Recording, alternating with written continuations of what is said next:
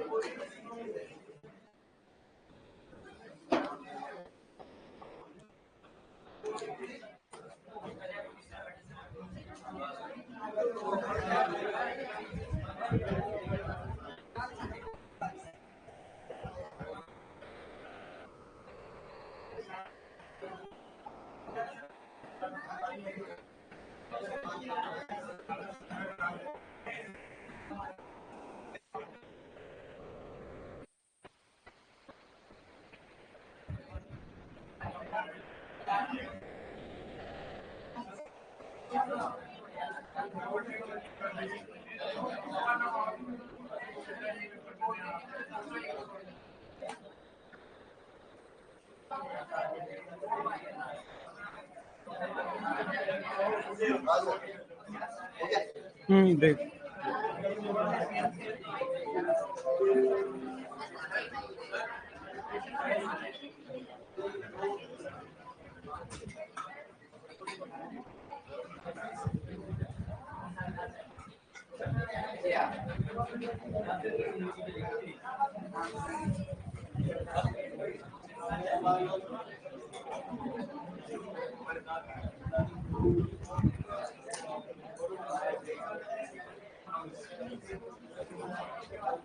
Good evening everyone. अरे क्या बात, क्या जोश है, बढ़िया जोश है। चलो, लास्ट अपनी बात हुई थी सेल बायो का, अपन ने स्टार्ट किया था, और सेल बायो में जो अपन ने बात करी थी, मुझे क्या कुछ दिन से फीडबैक ये भी मिला था कि सर थोड़ा सा पिछली क्लास का आते ही पूछ लिया करो कभी कभी, है ना? हाँ, नहीं मेरे पास बीच में फीडबैक आया था, तो भाई मेरे को कोई दिक्कत नहीं है आपसे पूछने में, तो मुझे कोई अर्ज नहीं है।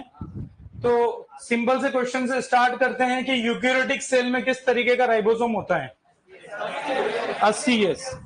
लेकिन उसकी एक चीज जो आगे पढ़नी है, वो मैंने जब अपन ने क्वेश्चन पूछा तो बता देता हूं, याद दिला देता हूं कि यूकैरियोटिक सेल में जो माइटोकॉन्ड्रिया और क्लोरोप्लास्ट होगा उनके अंदर भी राइबोसोम होता है, और वो होता है 70S।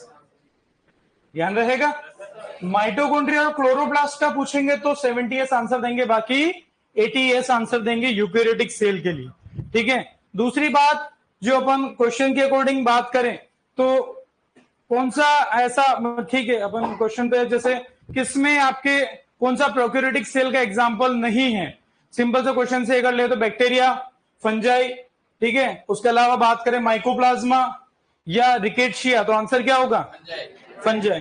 फंजाई एक यूकैरियोटिक सेल है, और यूकैरियोटिक सेल अपन उसको कहेंगे। दूसरी बात अपन और क्वेश्चन के हिसाब से देखें तो अपन ने क्या पढ़ा, मुझे कल ज्यादा पढ़ा भी नहीं, अपन ने हल्की से स्टार्टिंग करी थी।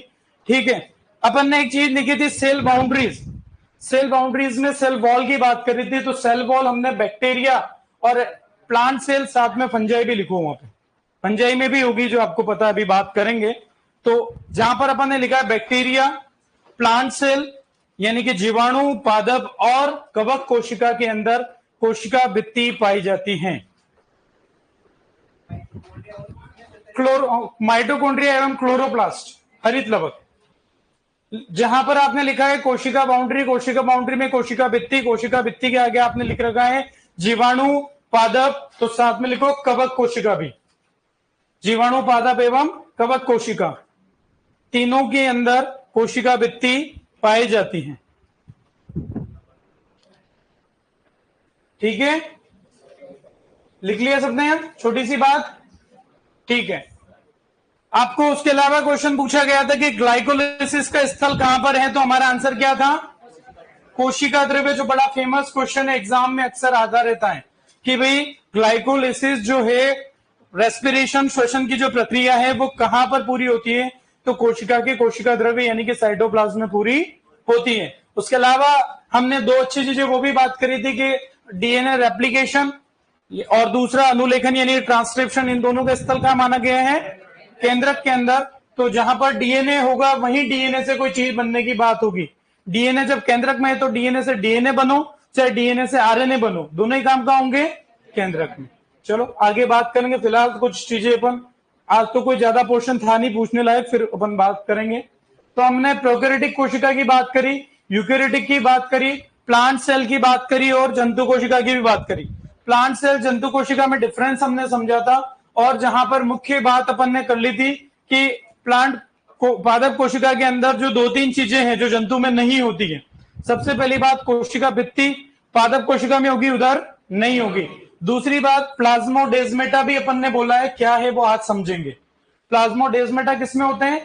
पादप कोशिकाओं में, जंतु कोशिका में नहीं होते हैं। तीसरी बात, हरित लवक जो यहां पर आपको दिखाई दे रहा है, ये 1 2 3 4 ये हरित लवक दिख रहे हैं, ये वहां पर दिखाई नहीं देंगे। उसके अलावा इधर जो आपको संरचना मतलब विशेषकर देखने को मिलती है, जो डायग्राम में ये दे रखी है, सेंट्रियोल तारक का है, तारक के अंदर सेंट्रियोल, सेंट्रोसोम कहां मिलेगा? जंतु कोशिका के अंदर मिलेगा, ध्यान रहेगा। ठीक है, तो ये अपने को कुछ चीजें अपन ने बात करी थी जो डायग्राम से तुलना करनी थी। आगे अपन आते हैं कि भाई कुछ इंपॉर्टेंट साइंटिस्ट से अपन बात शुरू करते हैं आगे की, जो कहीं ना कहीं आगे टॉपिक में आते रहेंगे। तो इंपॉर्टेंट साइंटिस्ट, महत्वपूर्ण वैज्ञानिक से अपन बात शुरू करते हैं आज। पहले समझेंगे या ध्यान रखेंगे, फिर नोट करेंगे। सबसे पहले एक साइंटिस्ट की बात करते हैं जिनका नाम है, यहां पर साइंटिस्ट का नाम मैं हिंदी में कम लिखूंगा, इंग्लिश में लिखूंगा, चलेगा? ठीक है ना। हर्टविक करके साइंटिस्ट है सबसे पहले, हर्टविक, जिन्होंने दो शब्द दिए। कौन सा दिया? सेल और साइटोलॉजी। सेल और साइटोलॉजी। साइटोलॉजी यानी कि एक तरीके से कोशिका विज्ञान हो गया, और सेल यानी कि कोशिका। पहले समझ लेंगे फिर नोट करेंगे, है ना। दूसरी बात करेंगे अपन, साइंटिस्ट है रॉबर्ट हुक। क्या नाम है? Robert Hooke. आसान सी चीजें हैं, तो इन्होंने खोज करी, डिस्कवरी करी, किसकी? एक तो कोशिका की खोज कहो या कोशिका भित्ति की। सेल या सेल वॉल की डिस्कवरी करने वाला वैज्ञानिक कौन है? Robert Hooke. दूसरी बात जो अपन यहां पर ध्यान रखेंगे, अगले जो साइंटिस्ट यहां पर बहुत अच्छे हैं, जिनका क्वेश्चन भी आता है, स्ट्रॉसबर्गर। हाँ, बर्गर सुना सर, बाकी नहीं सुना। स्ट्रॉसबर्गर करके इनका एक नाम रहेगा, इनका स्ट्रॉसबर्गर। इनकी अगर बात करें तो उन्होंने कुछ दो तीन शब्द दिए। जैसे सबसे पहले दिया इन्होंने साइटोप्लाज्म। साइटोप्लाज्म यानी कि कोशिका द्रव्य, जिसको अपन कहते हैं न्यूक्लियोप्लाज्म। केंद्रक द्रव्य जिसे कहते हैं न्यूक्लियोप्लाज्म। ठीक है, और भी यहां पर शब्द एक का और इनका रहेगा। इनके लिए एक अच्छा क्वेश्चन आता है कि इन्होंने खोज करी है क्रोमोसोम की। खोज किसकी करी? गुणसूत्र, क्रोमोसोम। इस पर क्वेश्चन ज्यादातर पूछा जाता है, क्रोमोसोम पर। क्रोमोसोम यानी कि गुणसूत्र। और क्रोमोसोम शब्द जो है, गुणसूत्र जो शब्द दिया, वो किसने दिया? वाल्डेयर ने। Very good. शब्द किसने दिया? वाल्डेयर ने दिया। वाल्डेयर। ये क्रोमोसोम वाले पर, दोनों साइंटिस्ट पर क्वेश्चन पूछा जाता है कि खोज किसने करी? स्ट्रॉसबर्गर ने। शब्द किसने दिया? वाल्डेयर ने। एक बार इतना नोट करो, फिर आगे बढ़ते हैं। सीधे साइंटिस्ट की बात जो आगे बार बार हर जगह अपने को नहीं लेने पड़ेंगे, इंपॉर्टेंट स्टार्टिंग में ही ले रहे हैं अपन।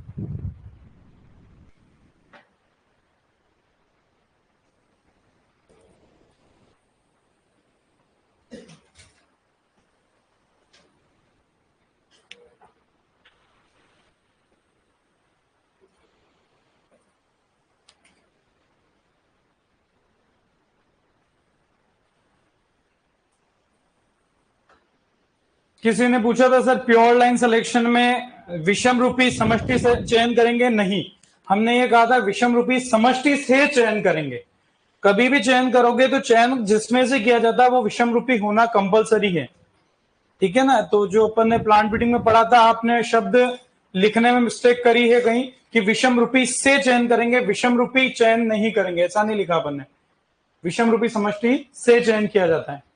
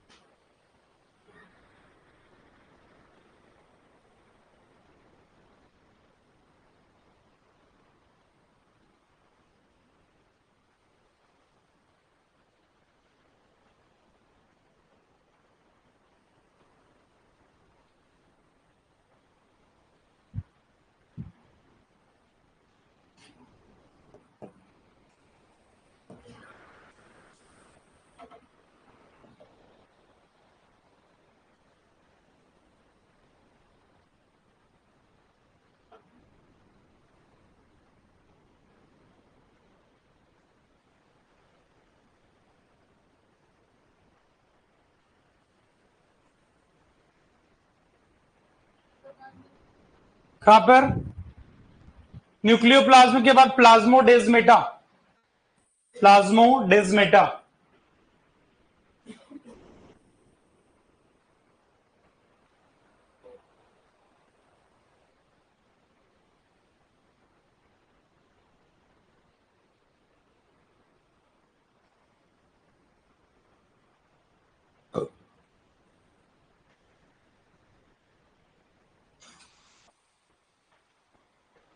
सबने कर लिया नोट?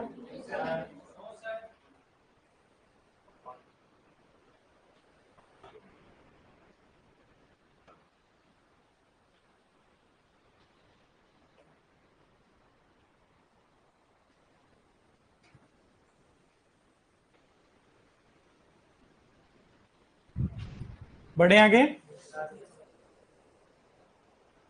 यहां पर क्वेश्चन के रॉबर्ट हुक के बारे में तो सबको पता ही है, एक आध चीज और अभी अपन लिखेंगे।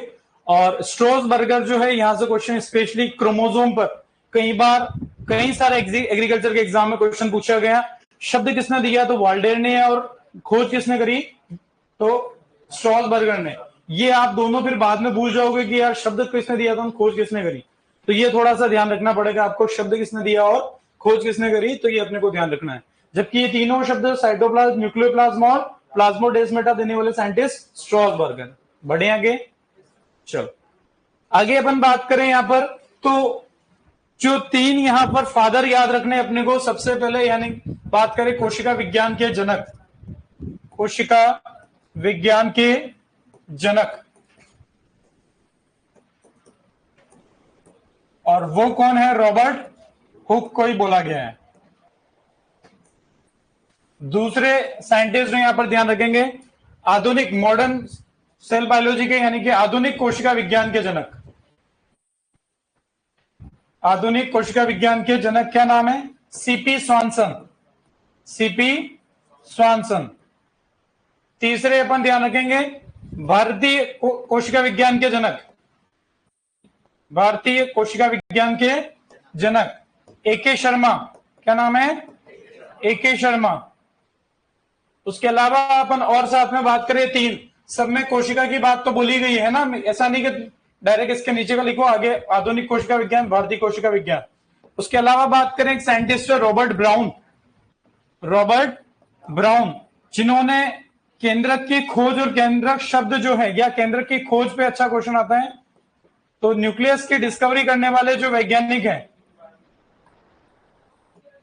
हाँ, सीपी स्वानसन। पहले समझ लो ना, पहले समझो फिर नोट करेंगे। सीपी स्वानसन है ना। उसके अलावा बात अपन साइंटिस्ट की ध्यान रखें, तो एक क्वेश्चन आता है कि सेल थ्योरी किसने दी? कोशिका सिद्धांत, इस पे क्वेश्चन कई बार आता है। कोशिका सिद्धांत किसने दिया भाई?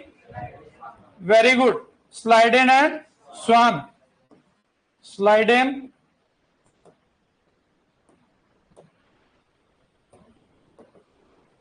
And Schwann. उसके अलावा यहां पर एक थ्योरी और है जिसका नाम है सेल लीनियस थ्योरी, सेल कोशिका लीनियस सिद्धांत। ये किसने दिया? ध्यान है, कोशिका रुडोल्फ विर्चो ने दिया। किसने दिया? Rudolf Virchow. यहां से एक अच्छा क्वेश्चन आता है, देखना क्या आएगा ध्यान से। रुडोल्फ विर्चो कई बार एग्जाम में है। यहां पर इन्होंने एक लेटिन शब्द के बारे में बात करी, याद है किसी को? ओमनिस सेलुला ए सेलुला। इन्होंने इस सिद्धांत के अंदर क्या कहा? ओमनिस सेलुला ए सेलुला। इसका मतलब क्या है? क्वेश्चन यहां से देखो पूछा जाता है, पहली बात तो ये कौन सी भाषा का शब्द है? लेटिन भाषा।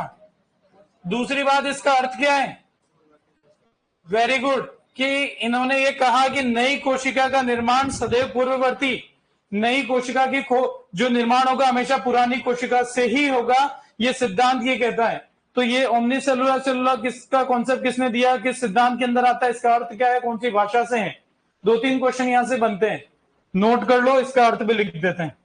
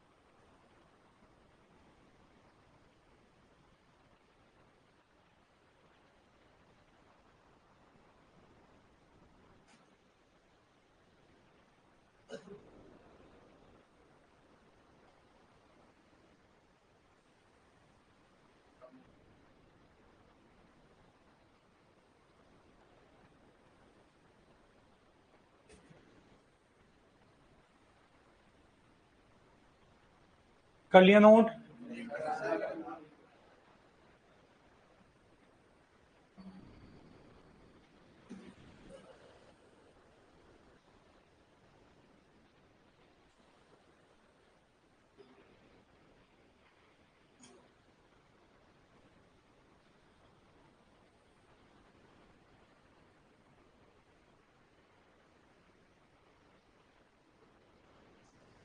केवल आधुनिक विज्ञान मत कर देना, आधुनिक कोशिका विज्ञान, भारतीय कोशिका विज्ञान। क्या बोलो सर, हमने तो लाइन खींच दी, हो तो खींच दी, लेकिन बाद में आपको उसका पता चलना चाहिए कि लिखा क्या है। कोशिका से स्लाइडेन एवं श्वान, स्लाइडेन एवं श्वान। ओमनीज सेलुला ए सेलुला, ओमनीज सेलुला ए सेलुला लैटिन भाषा, हिंदी में अर्थ है नई कोशिका का निर्माण पूर्ववर्ती कोशिका से होता है।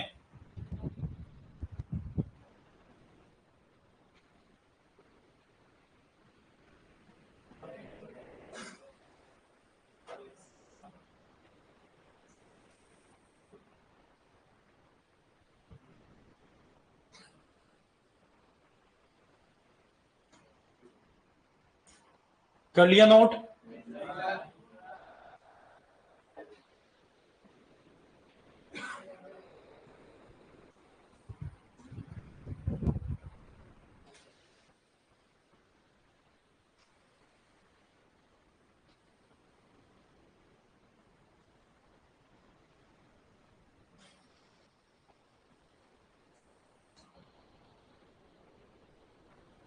बढ़े आगे?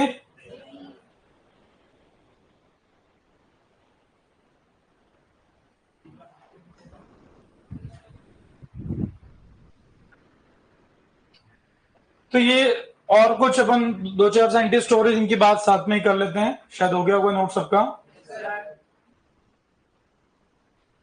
तो आगे अपन बात करें, एक शब्द है प्लास्टिड। प्लास्टिड शब्द देने वाले साइंटिस्ट का नाम है अर्नस्ट हैकल। क्या नाम है? अर्नस्ट हैकल। तो प्लास्टिड टर्म किसने दिया? प्लास्टिड। प्लास्टिड किसको बोलते हैं, सब जानते हो? प्लास्टिड अलग अलग तरीके के होंगे, जिसमें मुख्य रूप से जो होता है आपका हरित लवक होता है। अर्नस्ट हैकल ने ये शब्द दिया, हम तो हैकल याद रख लेंगे। उसके अलावा देखो, सबसे अच्छा माइटोकॉन्ड्रिया पे प्रश्न आता है। नहीं, उसमें दो तीन चीजें ध्यान रखते हैं अपन। माइटोकॉन्ड्रिया, इसमें क्या है कि जो शब्द दिया वो तो दिया सी बेंडा ने, सी बेंडा, हाँ बेंडा। ठीक है, दूसरी बात, जो माइटोकॉन्ड्रिया को सबसे पहली बार देखा, सबसे सर्वप्रथम जिन्होंने देखा वो साइंटिस्ट है कॉलिकर। किसने देखा? कॉलिकर ने देखा था माइटोकॉन्ड्रिया को। और तीसरे साइंटिस्ट जो यहां पर अपन ध्यान रखेंगे कि इसे एक कोशिकांग के रूप में, कोशिकांग के रूप में बायोप्लास्ट कहा, इसे रूप में बायोप्लास्ट जो शब्द दिया, कोशिकांग के रूप में देखा, और इसको जो नाम दिया था बायोप्लास्ट, किसको? माइटोकॉन्ड्रिया को। ये काम किसने किया? अल्टमैन करके एक साइंटिस्ट है। क्या नाम है? अल्टमैन। और अल्टमैन जब अपन बात कर रही है तो अल्टमैन ने एक शब्द और दिया, जो हमने जीनोम जेनेटिक्स पढ़ ली, वहां पे बात करिए न्यूक्लिक एसिड, केंद्रक अम्ल जो शब्द है, न्यूक्लिक एसिड केंद्रक अम्ल शब्द जो देने वाले वैज्ञानिक है वो भी कौन है? अल्टमैन है। उसके अलावा नोट बाद में कर लो, पहले समझना है ना। उसके अलावा दो शब्द और बात कर रहा हूं, एक है माइटोसिस, माइटोसिस, और दूसरा है मियोसिस। माइटोसिस जो शब्द है वो, जिसे हम समसूत्री विभाजन भी कहते हैं, समसूत्री विभाजन माइटोसिस, और मियोसिस अर्धसूत्री विभाजन। ये शब्द दिया आपके फ्लेमिंग ने। किसने दिया? फ्लेमिंग ने, कई बार एग्जाम में पूछा गया है। और मियोसिस शब्द दिया फार्मर एवं मूरे ने, फार्मर एवं मूरे, ये शब्द इन्होंने दिए। नोट कर लो।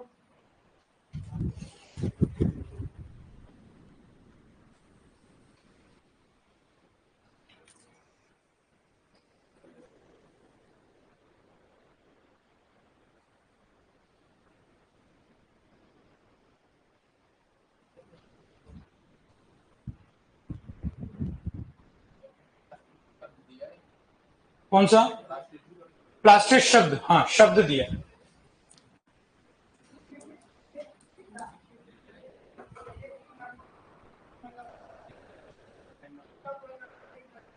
किसका नाम? ई अंश बोलते हैं, अंश हैकल बोलते हैं। हैकल क्या बोल रहे हो ना?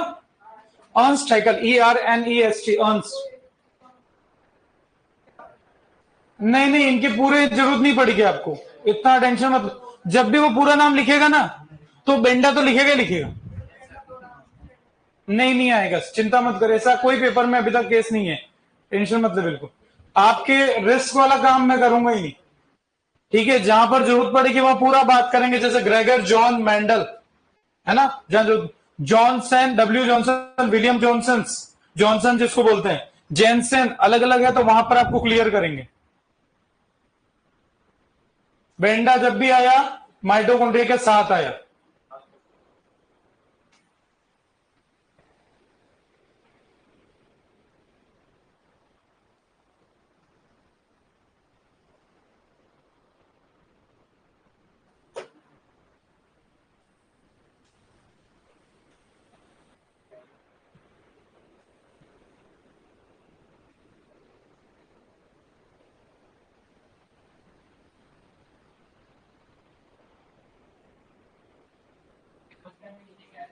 कहां पे? कोशिका, कोशिकांग के रूप में देखा किसने? बायोप्लास्ट भी नाम दिया इसको, शब्द बायोप्लास्ट देने वाला साइंटिस्ट भी यही है। और बायोप्लास्ट माइटोकॉन्ड्रिया को ही बोला, किसने? अल्टमैन ने, शब्द बायोप्लास्ट।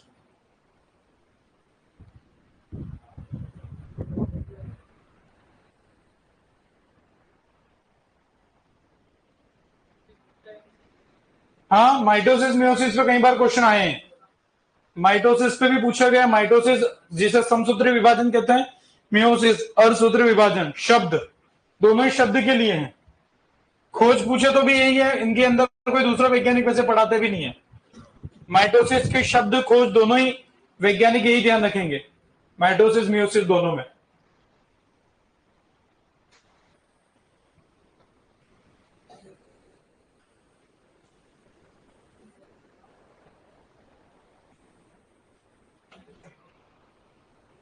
जो शब्द आपको नए लग रहे हैं कि यार सर पहली बार सुन रहे हैं, तो वो सब आगे पढ़ने में आ जाएंगे, है ना? अभी केवल अपन साइंटिस्ट की बात कर रहे हैं। अल्टमैन, बायोप्लास्ट, ये इसके माइटोकॉन्ड्रिया को कोशिकाएं के रूप में देखा था और उसे बायोप्लास्ट नाम दिया था अल्टमैन ने।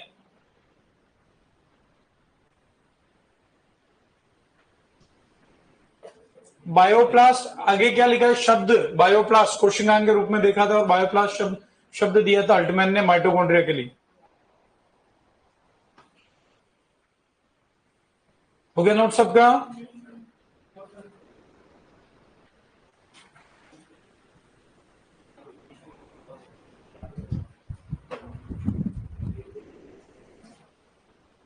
बढ़े आगे?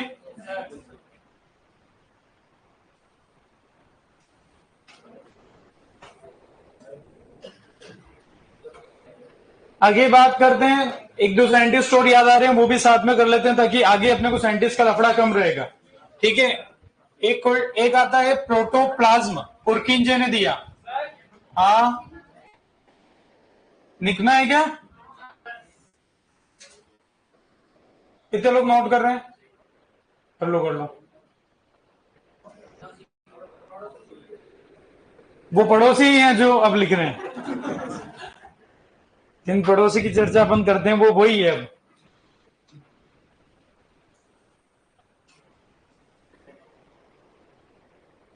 हो गया? लिख लिया सबने? चलो, तो आगे अपन बात कर रहे हैं, दो शब्द हैं, एक प्रोटोप्लाज्म, क्या होता है? प्रोटोप्लाज्म, और एक होता है प्रोटोप्लास्ट। इनका डिफरेंस भी बताऊंगा आपको। एक होता है प्रोटोप्लास्ट। प्रोटोप्लाज्म जो शब्द दिया, वो शब्द देने वाले साइंटिस्ट जो है वो है पुरकिंजे। क्या नाम है? पुरकिंजे, जिसका भी क्वेश्चन कई बार आता है। और जो प्रोटोप्लास्ट शब्द दिया वो साइंटिस्ट है हैंस्टेन। हैंस्टेन। और एक बहुत फेमस क्वेश्चन जो अक्सर आता है, जर्मप्लाज्म सिद्धांत, जर्मप्लाज्म सिद्धांत, जर्मप्लाज्म थ्योरी, जनद्रव्य सिद्धांत भी कह सकते हैं इसको। ये सिद्धांत देने वाले वैज्ञानिक जो है वो है अगस्ट वीजमैन। कई बार एग्रीकल्चर के एग्जाम्स के अंदर क्वेश्चन रहा है, ये अक्सर आता है, ये बहुत सारे अच्छे एग्जाम्स के अंदर क्वेश्चन आया है। अगस्ट वीजमैन, शॉर्ट में वीजमैन लिखा होता है, नोट कर लो। बस अभी इतना ही लिखो, जब बाकी तो और आएंगे तो आगे आ जाएंगे।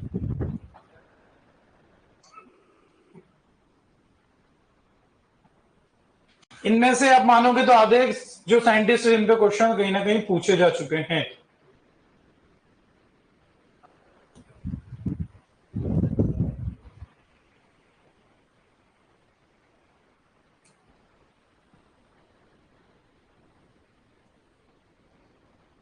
प्रोटोप्लाज्म और प्रोटोप्लास्ट दोनों की डेफिनेशन में फर्क है ना। प्रोटोप्लास्ट को हिंदी में जीव द्रव्य भी कहते हैं, जीव द्रव्य।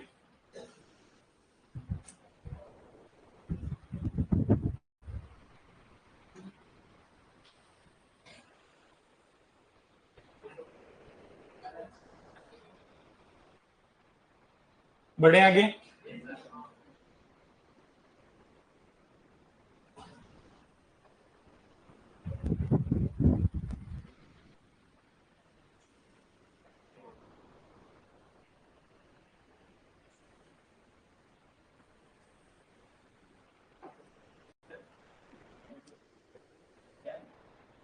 कहां पर? ये वीजमैन, WEISMAN, और ये अगस्त वाला महीना चल रहा जो ये अगस्त वीजमैन।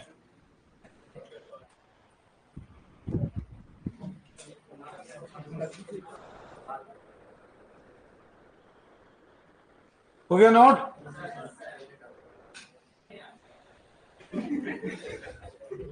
चलो आगे बात करते हैं। ये कुछ साइंटिस्ट की बात अपन ने ली जो क्वेश्चंस में, क्योंकि बहुत बार टॉपिक पे आप उस टाइम पे साइंटिस्ट नहीं ध्यान रहे हैं, आगे भी कहीं ना कहीं याद दिला दूंगा। ये साइंटिस्ट लिखाऊंगा नहीं दोबारा, याद जरूर दिला दूंगा कि अपन ने पढ़ लिया है।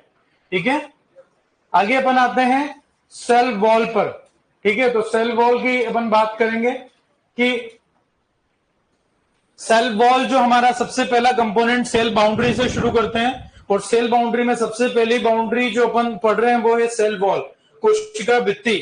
और कोशिका भित्ति जो है, हमने अभी कहा कि तीन जगह पे, तीन प्रकार के जीवों में मुख्य रूप से दिखेगी, पादपों में, जीवाणु में और कवक में। वो अपन बात करेंगे। अब ये हमारे सामने स्ट्रक्चर है, तो ये स्वाभाविक सी बात है कि यहां पर अपन मेन जो हमारा एग्रीकल्चर के हिसाब से प्लांट की बात करें फिलहाल, तो यहां पर कुछ दो तीन चीजें जो है, पहले इसकी लेवलिंग समझ लेते हैं। ये कोशिका है जिसको अपन ने यूं समझो कि इस तरीके से थी, लेकिन अपन ने इसको रखा क्योंकि अपने को साइड भी देखनी है नीचे से।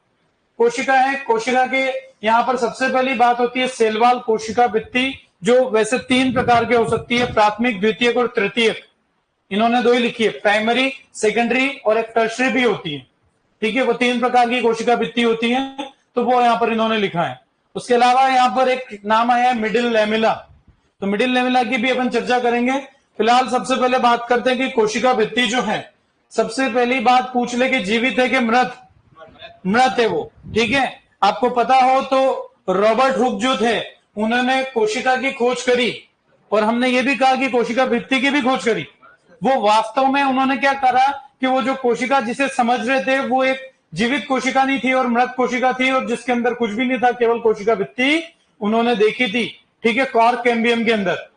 तो इसलिए, और जीवित कोशिका के लिए अगर कहीं क्वेश्चन पूछा जाता है तो अपन आगे बात करेंगे एंटोन वॉन ल्यूवेनहॉक। जो सबसे पहला जो जीवित कोशिका देखा था वो ल्यूवेनहॉक ने देखा था, और वो एक बैक्टीरिया था। वो एक बैक्टीरिया था जिसे उन्होंने नाम दिया था एनिमलक्यूल, जो मैं माइक्रोबायोलॉजी में पढ़ाते टाइम वहां लिखा दूंगा बैक्टीरिया में। तो जीवित कोशिका बोला जाएगा तो आंसर हमेशा ल्यूवेनहॉक जाएगा, और केवल कोशिका बोला जाए तो आंसर रॉबर्ट हुक जाएगा। अब ये कोशिका भित्ति पहली बात मृत होती है, दूसरी बात कठोर होती है, और पादप कोशिका में सबसे बाहरी आवरण यही होता है, क्योंकि यहाँ कोशिका झिल्ली अंदर है, उसके बाहर कोशिका भित्ति है। यानी कि इसकी अपन बात कर सकते हैं कि पहली बात मृत है, सबसे बाह्य आवरण है पादप कोशिका के अंदर, और ये कठोर होती है, यानी कि दृढ़ होती है, मुलायम नहीं है, पतली नहीं है, मतलब कुल मिलाकर नाजुक नहीं है, ये कठोर संरचना है। भाई कहीं भी कोई राजा महाराजा का किला होता था तो सबसे बाहर जो सेना होती थी, जो हथियार लेके या जो भी, तो वो सबसे अच्छे वाले चाहिए, नहीं तो कोई भी अंदर घुस जाएगा।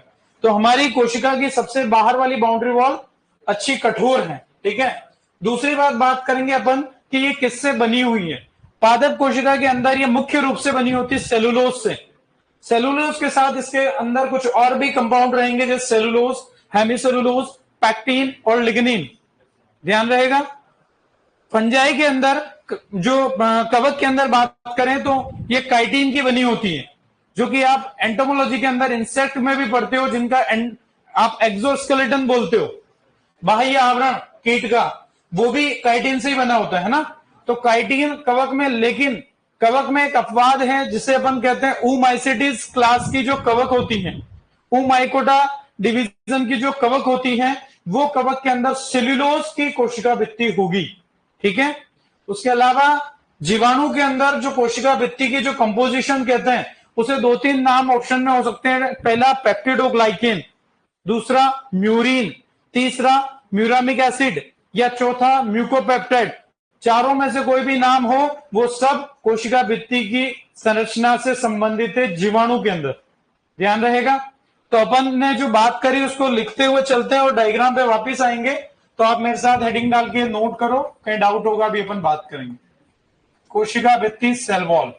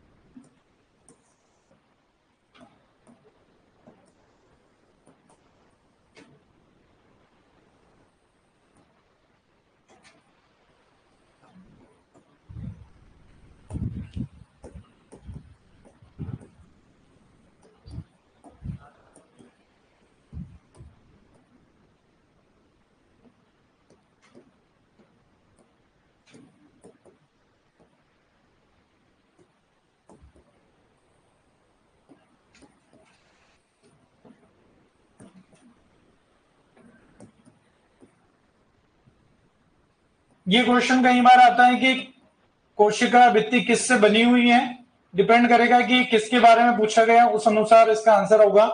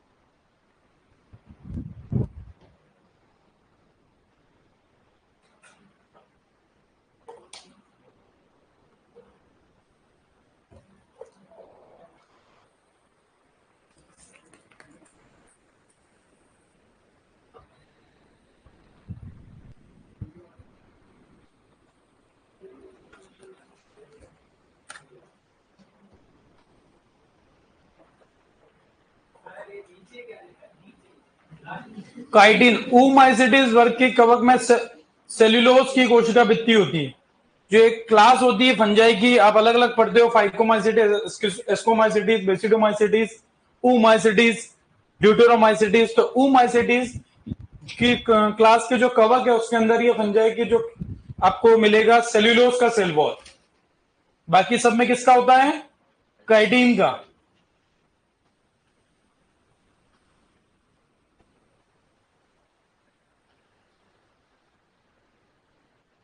ये कंपोजिशन से अक्सर क्वेश्चन आता है, तो तीनों की अपन ने लिख ली यहां पे, है ना। किससे बनी हुई है अपन ये लिख रहे हैं, न्यूटोनिक से। ये क्या है इतना समझ जाओगे ना कि अपन ये आगे लिख क्या रहे हैं, ये तो पता चल गया ना। हाँ, नहीं कहीं अधूरा लगे तो आप पूछ लेना, क्योंकि अपन देखो नोट्स बनाते हैं तो अपन पूरा थ्योरी की तरह लाइनें नहीं लिखते हैं, अपन एक शॉर्ट में उसको एनालिस्ट करते हुए चलते हैं कि हाँ ये है ये है। आपको कहीं लगे और मैंने बोला है ना, आपको लगता है तो आप हाथों हाथ आप भले लिख सकते हो आगे, मैंने लिखा मैं सेल्यूलोज से बनी होती है, ठीक है ना, ये आप लिख सकते हो। बढ़े आगे, ठीक है। ये केवल आप अपन ने कोशिका बोला है, लेकिन कोशिका नहीं बनी हुई है, इनकी कोशिका भित्ति के बारे में बात चल रही है। ये तो कल को कह दो कि सर पादप कोशिका इससे बनी होती है क्या, तो ये इनकी कोशिका भित्ति के बारे में अपन ने हेडिंग की कोशिका भित्ति डाली। बढ़े आगे, चलो आगे बात करते हैं कि वैसे यहां पर अपने को ज्यादा डिटेल नहीं बात करके थोड़ी सी बात बता देता हूं। तीन प्रकार की, सबने कर लिया था नोट ना। पादप कोशिका में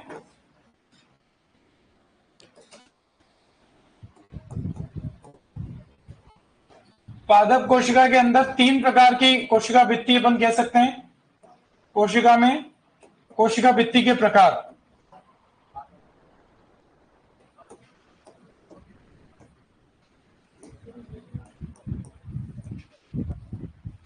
कोशिका भित्ति के प्रकार तीन नाम है, ध्यान से इधर देखें। सबसे पहला प्राथमिक, प्राइमरी सेल वॉल जिसे कहते हैं, प्राथमिक कोशिका भित्ति, शॉर्ट में लिख दूं। दूसरा आएगा द्वितीयक, सेकेंडरी। तीसरा आएगा टर्शरी, तृतीयक। तृतीयक कोशिका भित्ति, टर्शरी सेल वॉल। अब इनके अंदर जो बात करें तो कोई ज्यादा डिटेल नहीं बताऊं, अगर ये तीनों किसी पादप कोशिका के अंदर उपस्थित हैं तो सबसे बाहर की तरफ कौन सी होती है? प्राथमिक। बाह्यतम कोशिका भित्ति अगर कहीं कहा जाए कि कौन सी होगी, सब में पूछ ले तो सबसे बाहर प्राथमिक। जो मेन क्वेश्चन आता है उसी चीज पे आ रहा हूं, नोट आराम से करना है ना, तो जल्दी करोगे तो फिर मजा नहीं आएगा। हाँ, द्वितीयक वाली है जो क्वेश्चन ये पूछ सकते हैं कि मेरिस्टेमेटिक कोशिका सुना है आपने, विभाज्योत्तक कोशिका। ऐसी कोशिका जिनमें लगातार विभाजन होता रहता है उन्हें विभाज्योत्तक या मेरिस्टेमेटिक कोशिका कहते हैं। उनके अंदर कभी भी सेकेंडरी सेल वॉल प्रेजेंट नहीं होती है, यानी कि ये क्वेश्चन वाली बात ही बताऊंगा। तो यानी कि मेरिस्टेमेटिक विभाज्योत्तक कोशिकाओं में, विभाज्योत्तक कोशिकाओं में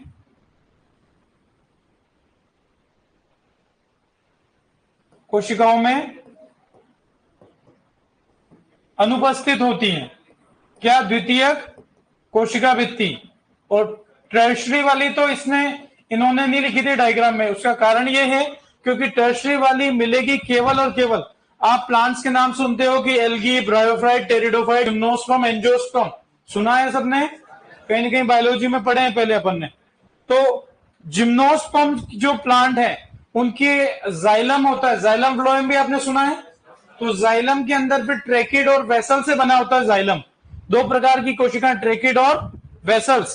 तो जिम्नोस्पर्म के ट्रैकिड्स में ही ये केवल देखने को मिलेगी, उसके अलावा कहीं भी देखने को नहीं मिलती है। तो जिम्नोस्पर्म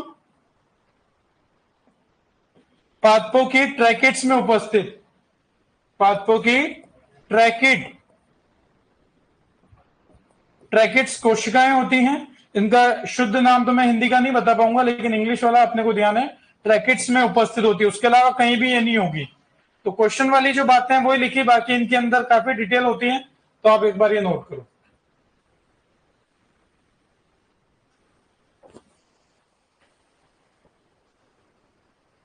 आपको लिखने का टाइम बढ़ा देंगे, लेकिन साथ में नोट मत करना, ठीक है? कोई दिक्कत नहीं।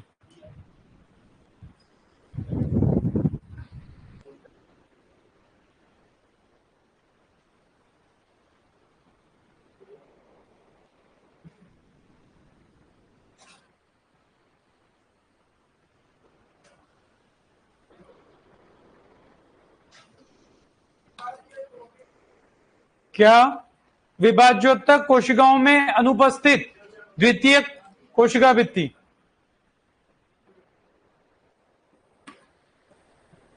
जोर से बोलो, क्या कह रहे हो? यहां पे कोई डाउट है क्या?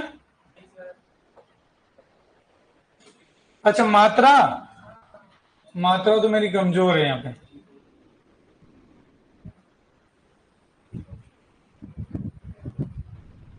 हिंदी लिखने का काम कम पड़ता है और फिर फ्लो में आ जाए तो तुम लोग मेरे से ज्यादा होशियार हो। वैसे ही कल ही बताया था ना मैंने, तो तुम ज्यादा होशियार हो। हाँ,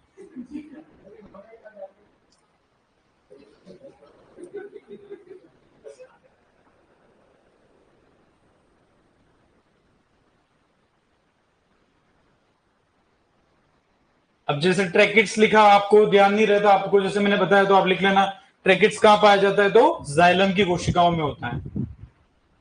जाइलम तो सब जानते ही हो, फिजियोलॉजी में पढ़ोगे।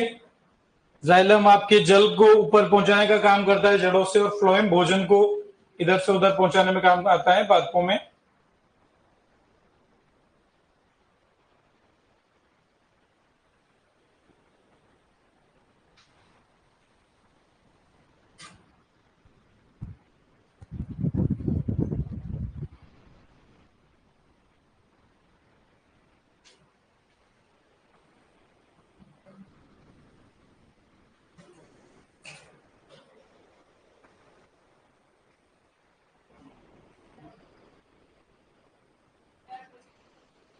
कहां पर? कि ट्रैकिट्स में उपस्थित, ट्रैकिट्स, TRACHEIDS, ट्रैकिट्स। ट्रैकिट्स जाइलम में पाई जाने वाली कोशिकाएं होती हैं। कर लिया नोट? देखो कुछ चीजें जैसे आपके क्या, ट्रैकिट्स जो शब्द है मैं बता दूंगा, लेकिन आप जब पढ़ोगे फिजियोलॉजी के अंदर तो वहां पर क्लियर होगा। अब उसकी डिटेल में नहीं बता पाऊंगा, मैं आपको याद जरूर दिला दूंगा कि कहाँ आपको पढ़ने में आएगा। जिम्नोस को मैंने आपको याद दिला दिया कि आपने कब पढ़ा है, ठीक है ना? बढ़े आगे? किसी का नोट होना बाकी है? सबका हो गया? चलो ठीक है, आगे अपन बात करते हैं कि एक हमारे को जो बात आती है, अगली आती है मिडिल लेमिना, मध्य पटलिका जिसको कहते हैं, ठीक है?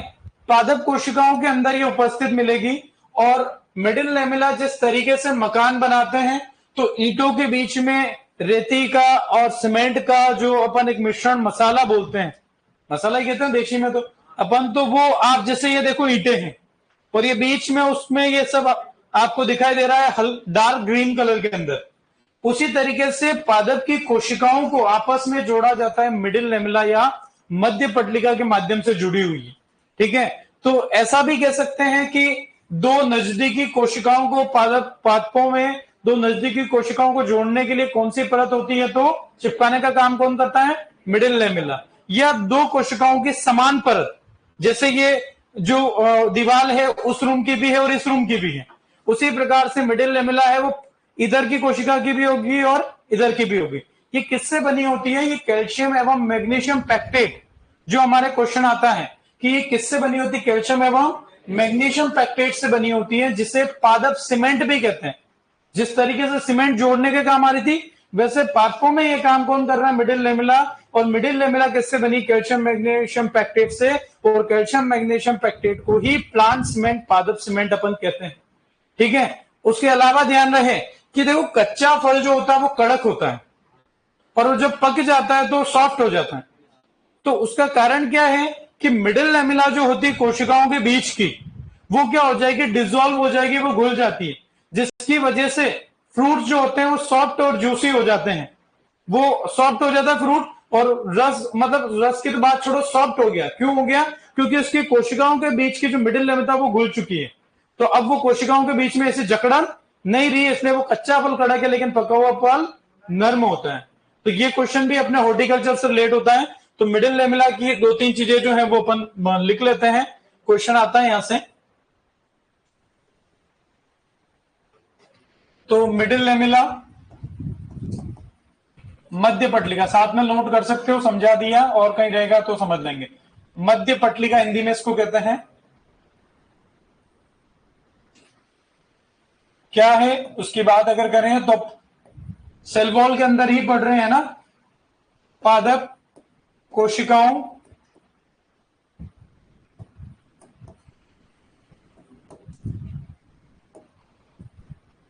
पादप में पादप में नजदीकी कोशिकाओं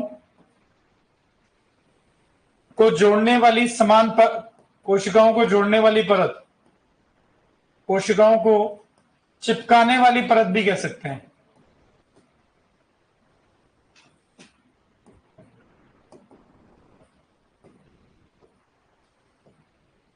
या ऐसा भी कई बार इसकी डेफिनेशन पे क्वेश्चन आ तो ऐसा भी आ सकता है, पादप कोशिकाओं के दो पादप कोशिकाओं की समान परत,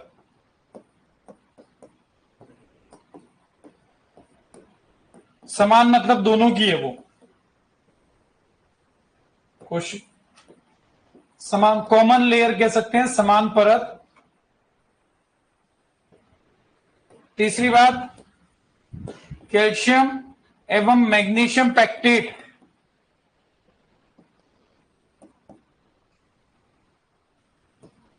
पैक्टेट से बनी होती हैं मिडिल लेमिला, है ना। कैल्शियम एवं मैग्नीशियम पैक्टेट को हम पादप सीमेंट कहते हैं, प्लांट सीमेंट, पादप सीमेंट बोलते हैं। एक और पॉइंट जो अपन ने बोला, फलों के पकने पर वे पकने पर फल मुलायम एवं सॉफ्ट एवं जूसी, मुलायम एवं रसदार मिडिल लेमिला के घुलने से हो जाते हैं।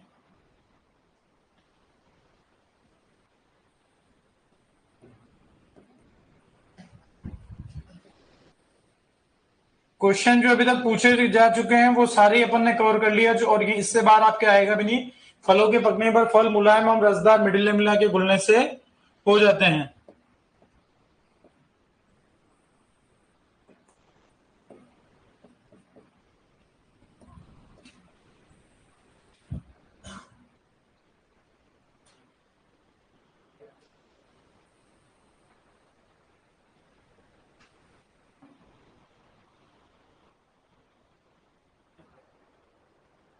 कैल्शियम एवं मैग्नीशियम पैक्टेट वाला इंपॉर्टेंट क्वेश्चन है। उसके अलावा जो ऊपर दोनों डेफिनेशन है, कभी कभी दोनों में से कोई सी भी एग्जाम में मिल जाती है, आसान सी बात है, कोई नया नहीं है, आपने पहले कई बार पढ़ा भी होगा।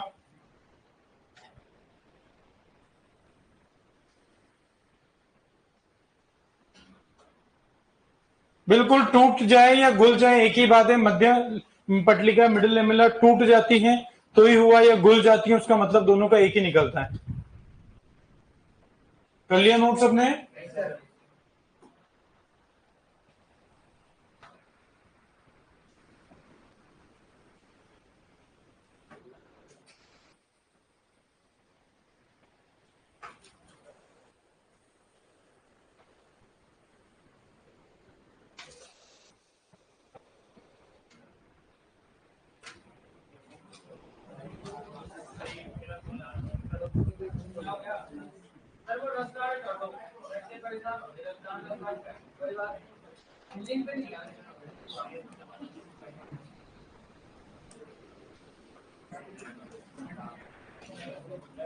ठीक है, कर लिया नोट सबने? बढ़े आगे।